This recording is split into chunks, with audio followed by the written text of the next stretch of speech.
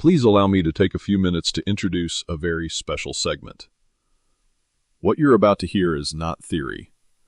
It's not something pulled from a textbook.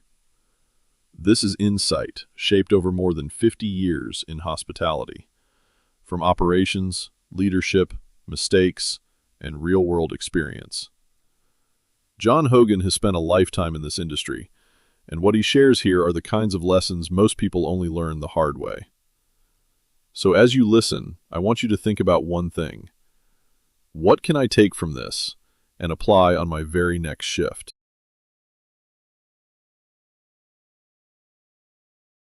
As we've been discussing, working with managers above you is not always easy. In fact, it's one of the least taught but most important skills in leadership.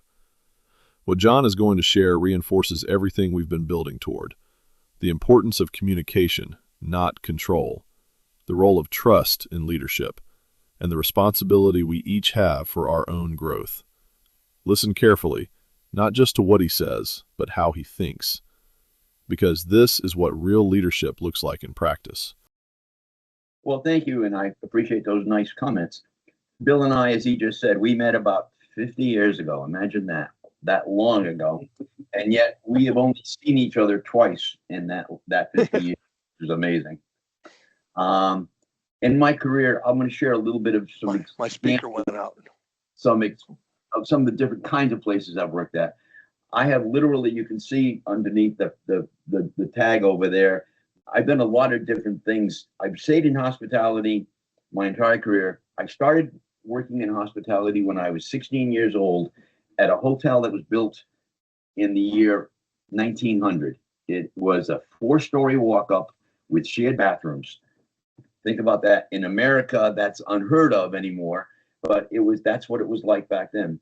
But I learned a lot from the family business and about hospitality and about taking care of people, and that's what drew me into it. And so all those other things over there, you can see a variety of things. I've stayed in hospitality, in management in some form. I've done a lot of training, and I've done a lot of learning, and I've been able to share a lot of thoughts.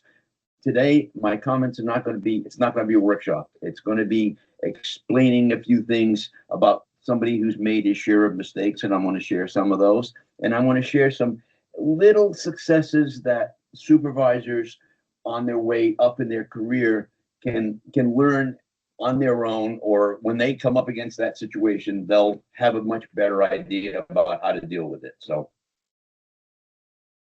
Awesome.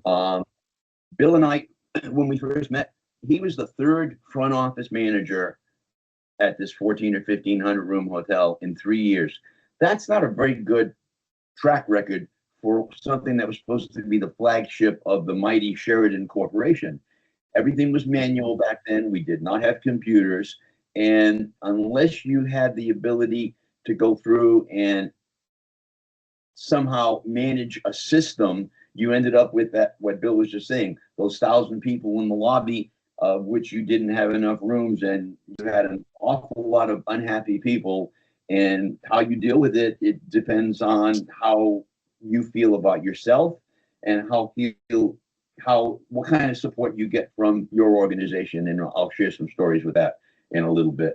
So there you are, Bill. Questions, and John, thanks. Say whatever comes to your mind. And first of all, I'm going to talk about trust.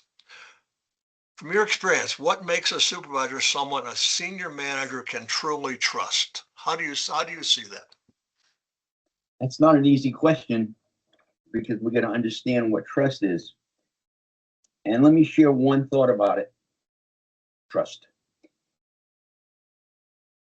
What we need to do to begin with is we need to think about trusting and assessing ourselves. We are all at different points in our career. We have to do 3 things. Number 1, recognize where you have been in your career. Some of us stayed in hospitality all the way. Some of us came in late. Some of us came and left. Some of us like selling cars. Some of us like working in retail.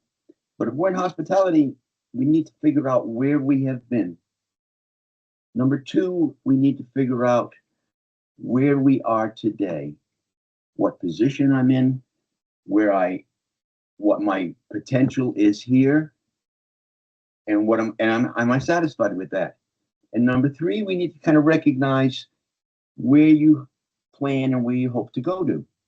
Do you want to become a general manager? Do you want to own your own business? Do you want to own your own hotel?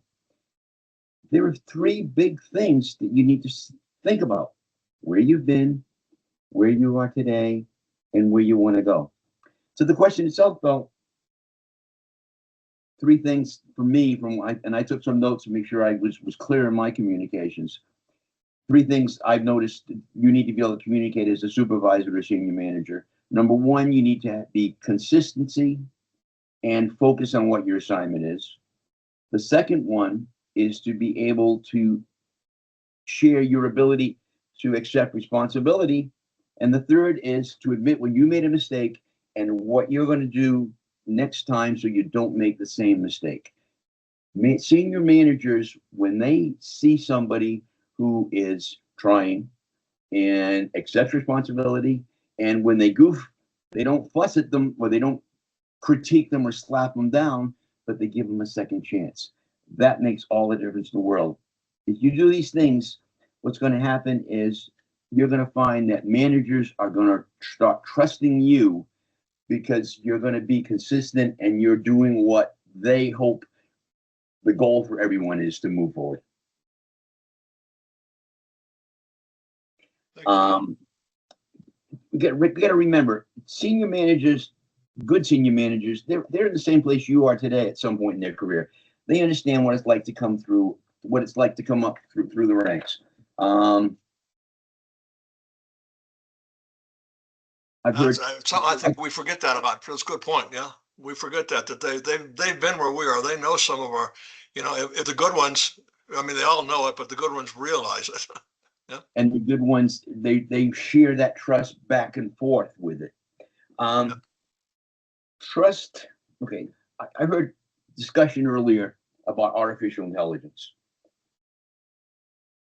I have my reservations and my appreciation for artificial intelligence. It's nice to be able to look something up on a phone or a computer and get an answer. But is that answer always going to be correct? No. Is that answer always going to be what you needed? I don't know. Is it worth all the cost? I don't know. And so we use whatever technology is available to us, but it still comes back to that people things. Human element. What got me sold on the industry was that very first family that I worked with up in Vermont. They owned 4 hotels at the largest of their time. And today, the grandparents have passed on, and the person that was 8 years older than I, who originally hired me, he's passed on now. And their 55-year-old grandson is now running the family business along with 2 of his siblings. But they had certain values, and they had things that they explained and shared. They focused on taking care of the customer, on taking care of the associates, the staff, and they took care of the customer. So, and the owner, excuse me. So owner, customer, staff. All 3 of them were equal, and that made such a world of difference to me in my career over time. So, closing thought about trust, what I said. Recognize you need to trust and assess yourself. Your boss isn't going to do it for you. You have to know what you are planning and hoping to do using your own experience. So, look where you've been, look where you are, and sit down if you haven't already and figure out what your game plan is, where you hope to go. Thank you, John. Awesome. Okay, Phil Donahue is back. Common mistakes. You've worked with a lot of supervisors over your career, I'm sure. God, you said best Western at 2,500 properties when you were responsible for them. What are the most common mistakes you see when supervisors interact with their managers? Well, I mean, what have you seen so often? Isaac wants to I'm going to read this in case you missed it. Isaac wants to point out, John, great points. Thank you so very much, he says in chat. Again, this is not an easy question because there are so many different nationalities, ages, technologies today. For example, I was saying earlier how there was, 40, 50 years ago, there were only 25 to 40 brands in the country. Today, there's 8 major companies globally that each have between 15 and 40 brands. There's more than 400 brands that are out there. I don't know if any of you interact with AHOA, Asian American Hotel Owners Association. I met my first Indian from the country in the United States. I met him in Nashville in the early 1980s. I asked him, he was about 5 years older than I. He was born in South Africa, when he got to high school, his family moved to India. He finished school there, came to America, got a degree, an MBA in something from one of the California universities. And he was owning 3 little, rather rundown little properties in Nashville area. But I liked him. He was a straight talking guy. And I had the opportunity, they elected me president of the local hotel association. And I asked him to be my vice president because he had good business sense. He came to me about halfway through the term, and said he couldn't do it anymore. And I said, why? And it's because there was so much racism, there was so much negativity against him in Tennessee because he was from India. People from India started coming to the United States and got into the hotel industry because if you had basically $40,000, you could buy you could have legal access into it. You could buy a small property and you could live on property. And today, AHOA, Asian American Hotel Owners, today own more than 55% of all the hotels in the United States. They're in the 3rd generation now. The 2nd and 3rd generation are now starting to change and expand to something else, which is going to be another change we have. But we have to recognize that it's how we deal with other people. And did you have something, Bill? No, I think that's, yeah. No. To me, one of the biggest mistakes I've seen supervisors acting with their managers is the most basic one. It's called not listening.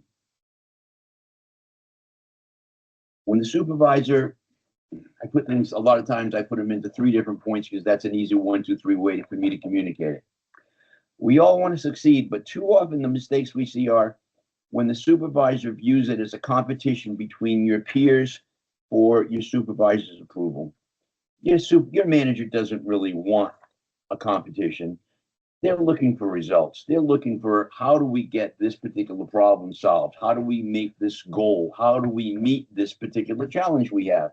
So that means we have to listen more. The second one is, we all know we want to do as well as supervisors, but it's not always a competition with somebody else. It's with a competition with ourselves. We want to make sure we understand what your manager is asking and what he's expecting. I've learned over the years, mistakes that I made over the years. I needed to learn how to listen, and I needed to repeat back to my manager. So you're telling me this is the goal, or if I make sure I understand, this is what the result you're looking for. This is how you hope to find an answer, or by when.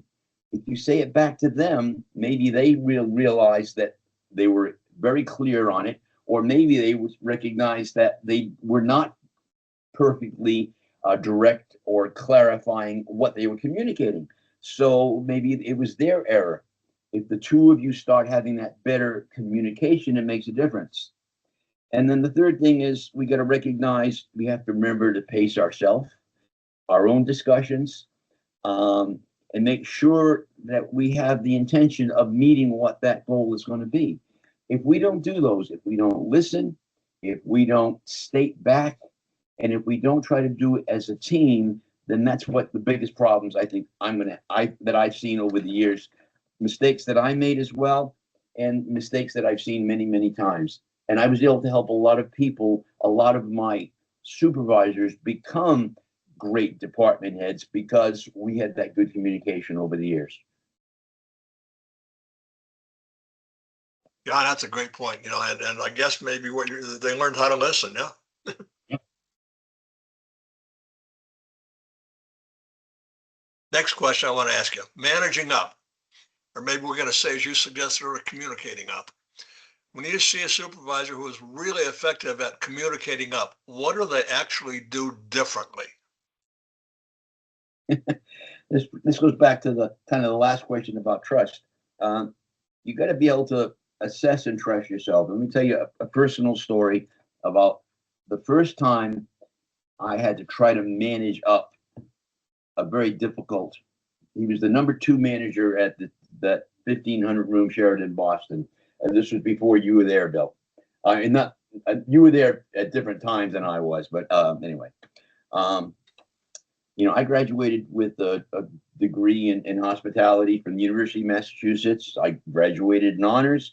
I had great work experience, and I thought I was ready for the world, but the world didn't know that yet. So I had to go through and learn my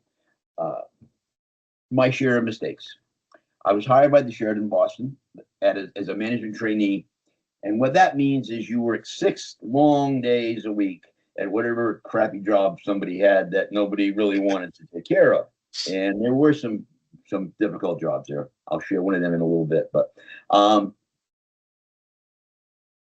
the first experience I had managing up came at the end of my first full year there. Now, safety is, no matter where you are in the world, safety is a very important topic. It has to be for costs, for insurance, for legal, hundreds of reasons why. Safety is very important. And I hope all of you have safety committees or some kind of safety activity at your hotel that people pay attention to. I had been asked to join the hotel safety committee. It met once a month, and it consisted of about 12 or 15 different department heads, and they were all 20 years older than I was. They were all department heads of housekeeping and engineering and different kitchen departments. The meetings were god awful. They were run by the manager. I'm going to call him Mr. G. And no one ever spoke up. He intimidated everybody. He was not particularly likable, but he was the number 2 manager of the hotel. At the end of after the 3rd meeting, he called me into his office. Okay, I'm in trouble now.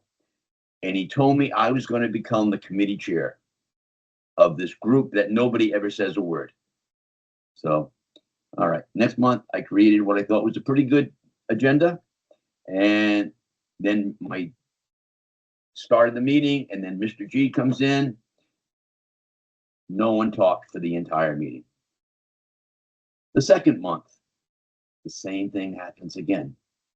So here I am now. I'm 23 or 24, 23 or 24 years old, and I'm trying to figure out why I'm even on the committee, but certainly not why I'm the chairman of it.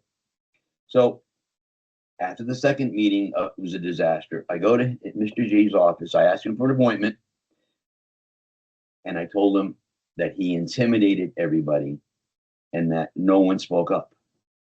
He did not say a single word to me for a whole minute.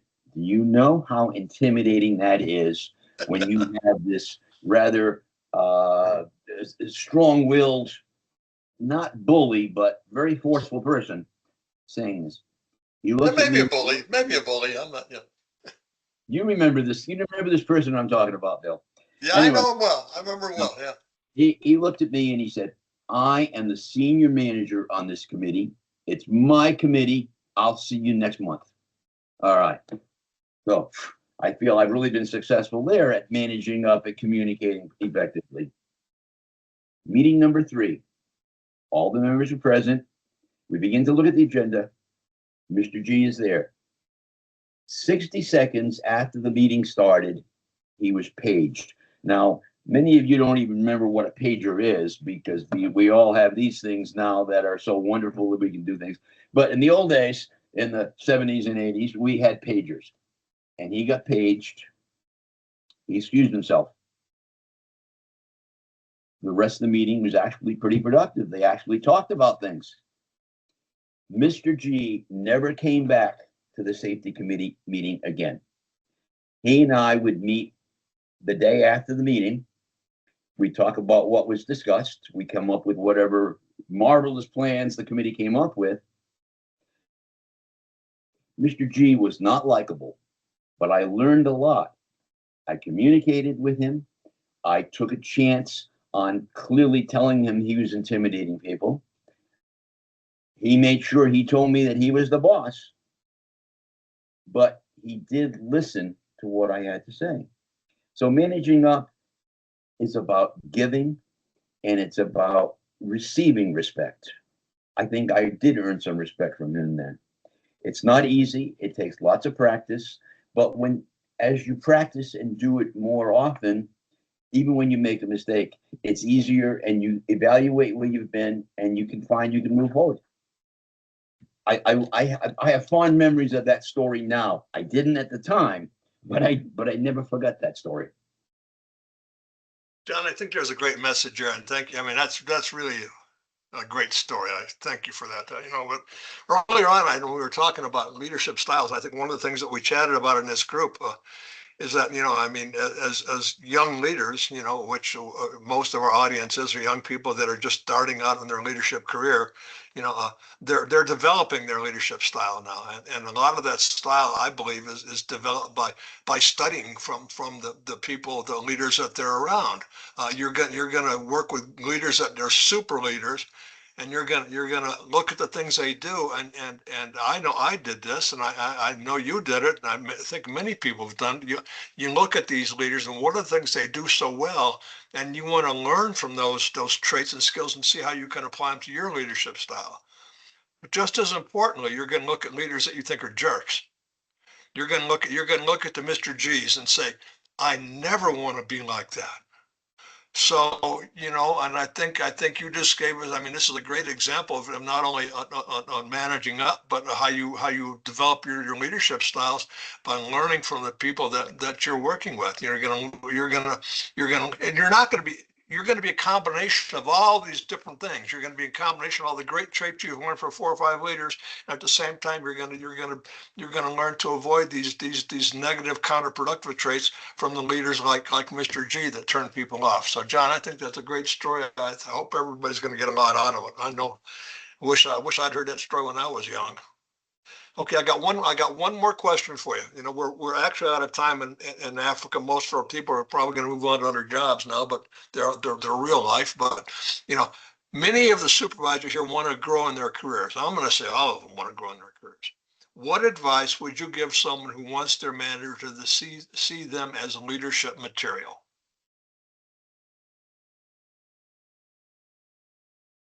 I had the opportunity in the management training program to be exposed to a lot of different departments. First, I had several assignments in the front office area.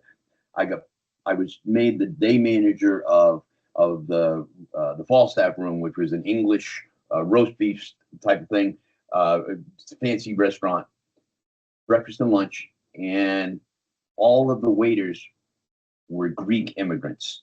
I got to be exposed to international different types of people. 6 months later, I was moved to the swimming pool manager, which was awful. It was a boring job. It had a little tiny restaurant and swimming pool, and it was boring. And so I went to Mr. G and I asked him, could I do something else?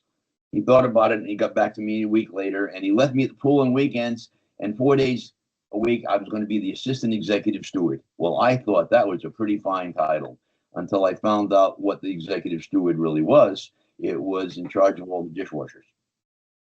Okay. At the end of my second week, they fired the executive steward, and guess what? I become all of a sudden responsible for, at 24 years old, 84 people, of which most of them were Puerto Rican legal residents, legal Americans, but who did not speak English. So I had to learn how to deal with taking care of the stuff from a Polynesian restaurant, a kosher kitchen with very demanding set of rules, banquet space for 5,000, thousands of dishes and glasses to be washed every day, on 4 25-foot dishwashing machines I had never even seen before. I had a food and beverage director who was a French national who listened. He gave me some suggestions. But what I learned specifically was who was on my team. There was a gentleman named Natividad Cruz. I will never forget him. He was about my age. He appreciated the job. He listened to instructions, and he had the respect of his other people who worked there. After about a month, I asked the food and beverage director if I could promote him to assistant steward. He got a 25-cent, a $10 a week raise. He did a good job. 6 months later, I nominated him for Employee of the Month for the entire hotel. This is a place that has several thousand employees. He was the first one that had been nominated from that department, and he was the first one who ever received it. What I learned specifically was to ask for help from on my team, above me, and below me. And back to those three things I said about trusting and assessing yourself. You got to figure out, I needed to learn to assess the needs of my job and how I could get help. I tried to match the skills that I had to along with other people that could help me. And I learned very quickly I couldn't do it all. So the more you reach out and ask for assistance politely, not like you're asking somebody to do your job for you, that's how you're going to get to be viewed by the team you're working with or leading supervising. They're going to say, this is a pretty good person. And the people above you are going to say, look at how that person is inspiring other members of their team. No, that's a great story. Hang on, sorry. No, that's a great story. Thank you. You know, Victoria, you've been hanging every word. I can see that. Do you have any questions you want to ask yet, John? You're muted. Unmute.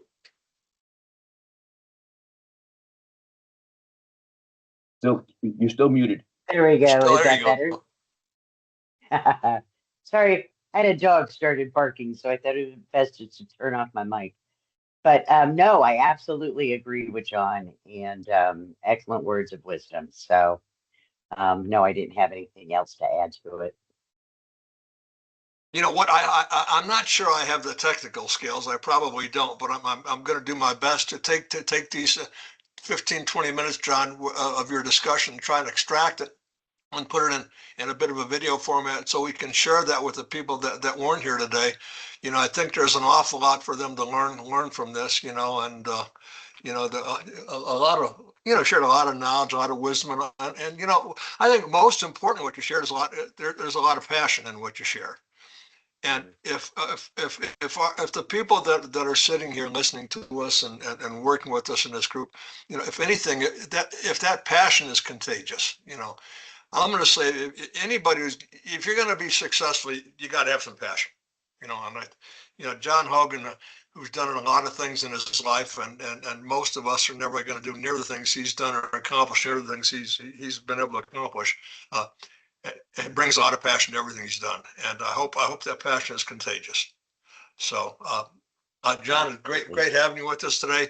You know, Rope, I see you're back now. I saw we missed you for a bit there. Matty, you're here. Isaac, you know, if you want to type any questions, you know, love to hear from you. This has been a wonderful session. It's just very disappointing that weren't more people here to learn from John. They missed a great opportunity. So, you know, I was going to actually, Victoria and I were talking the other day about something, and you know, and my dear old mom used to say, you know, you can bring a horse to water, but you can't make it drink. You know, well, we have the water here. John was the water today and shared a lot of wisdom. You know, and we had a lot of people that should have been here to learn from that, and you know, we did our job. You know. Isaac says he's thankful. He learns a lot. You know. Maddie, you want to say anything to John before we wrap it up for today? Thank you so much. You know, I'll just say an African proverb. They say what an old man sees sitting down, a young man cannot see standing up. So, you know, experience gives deeper insight than strength or position. And we are so honored to have elders with such wisdom amongst us. And thank you so much. You're welcome. Awesome.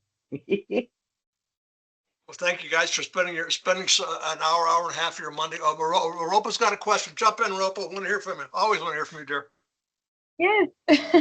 I'm sorry, I had something important to attend to, but regardless of this being one of my most important topics that I didn't want to miss. But I wanted to share something that happened to me personally that I know it's about to help on this. So I faced a different situation where one of the time back then I moved from organization A to organization B. So what happened is between that transition, the manager of organization B, where I was going, new manager of organization A. And by the time I joined the next organization, they had sort of like talked about this myself, and it was difficult for me now to work with manager B because of the perceptions and the resistance that they already had. How do we manage such situations when we are in between? How can we maneuver ourselves, managing a manager who already has perceptions and does not give themselves a chance to understand you and to give you that opportunity to be yourself and to express yourself and your talents? That is one of the important questions why I wanted to be on this session. Thank you. Take it away, John. Oh, no, it's what we said earlier. It's you have to continue to try to find different ways to communicate, in this case, up, to try to get that person to better communicate with you or to better state what the goals are. And going back to saying what I said earlier about assessing where you are in your career and making the decision. I didn't have time to talk about it today. I've worked for probably a dozen different companies in my career over the years. A couple of them were really good, and a couple of them were really not so good. And so you have to be willing to make that decision. If it's not going to work out, if you've given it a fair shot and it's not going to work out, then you have to make a decision if you want to continue to frustrate yourself or if you want to try to look for something else that might better suit your needs. There's a lot in what John just shared. But if we bring it down to what really matters on your next shift, it comes to this. Listen more carefully than you have before. Take responsibility, even when it's uncomfortable. Communicate clearly, up and down. That's how trust is built. That's how alignment happens. And that's how you begin to stand out as a leader. Remember this. You are the bridge between your team and your manager. And the best supervisors don't create confusion. They create clarity.